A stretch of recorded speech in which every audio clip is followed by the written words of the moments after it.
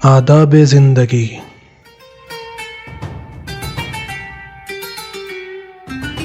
آداب خانیداری، سفر کے احکام، لباس کے آداب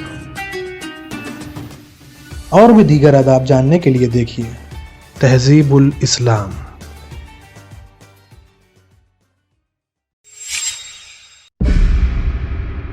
اعوذ باللہ من الشیطان الرجیم، بسم اللہ الرحمن الرحیم۔ ناظرین کرام، السلام علیکم۔ ایک مرتبہ پھر تہذیب الاسلام کے اس نئے ایپیسوڈ میں آپ سب کو خوش آمدید کہتے ہیں۔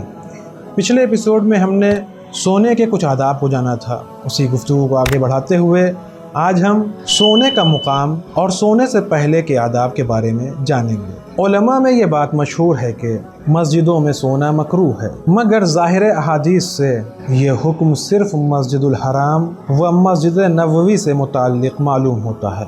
بعض احادیث کے مطابق وہاں بھی سونے کا کچھ مذائقہ نہیں۔ بہت سی معتبر احادیث میں وارد ہوا ہے کہ حضرت رسول خدا صلی اللہ علیہ وآلہ وسلم نے 3 قسم کے آدمیوں پر لعنت کی ہے۔ اول وہ جو تنہا کھانا کھائے، دوسرے وہ جو تنہا سفر کرے، تیسرے وہ جو مکان میں اکیلا سوئے۔ یہ بھی فرمایا جو شخص اکیلا سوئے خوف ہے کہ وہ دیوانہ ہو جائے۔ حضرت امام جعفر صادق علیہ السلام سے منقول ہے کہ جس شخص کو مکان یا صحرا میں اکیلا سونا پڑے اس کو چاہیے کہ یہ دعا پڑھے: اللہم آنس وحشتی واغنی علی وحدتی، یا اللہ وحشت میں میرا مونس ہو اور تنہائی میں میری مدد کر۔ دوسری حدیث میں منقول ہے کہ حضرت رسول خدا صلی اللہ علیہ وآلہ وسلم نے ایسے مکان کی چھت پر سونے سے ممانعت فرمائی ہے جس کی دیواریں نہ ہوں، اور یہ بھی فرمایا کہ جو شخص ایسی چھت پر سوئے جس کی 4 دیواری نہ ہو وہ امان خدا سے خارج ہے۔ معتبر حدیثوں میں حضرت امام جعفر صادق علیہ السلام سے منقول ہے کہ مکان کی چھت پر تنہا سونا یا ایسے کوٹھے پر سونا جس کی دیواریں نہ ہو مکروہ ہے، اور یہ بھی فرمایا کہ مرد و عورت اس حکم میں مساوی ہیں۔ لوگوں نے دریافت کیا کہ یبنا رسول اللہ، اگر کوٹھے پر 3 طرف دیواریں ہوں تو کافی ہیں؟ آپ نے فرمایا کہ نہیں، چاروں طرف ہونی چاہیے۔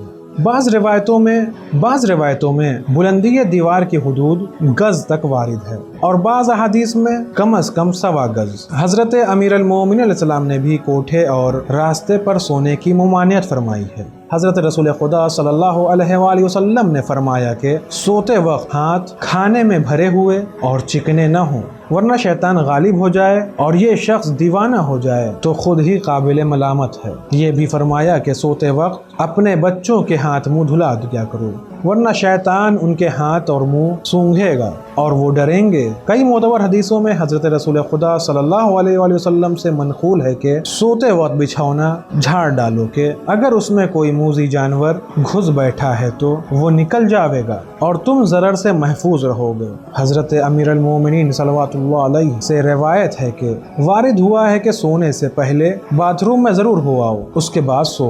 سونے کے کچھ آداب: سنت ہے کہ داہنی کروٹ رو بقبلہ سوئے اور داہنا ہاتھ رخسار کے نیچے رکھ لے، اور بائیں کروٹ سونا مکروہ ہے۔ حضرت امیر المومنین علیہ السلام سے منقول ہے کہ سونا 4 قسم کا ہے۔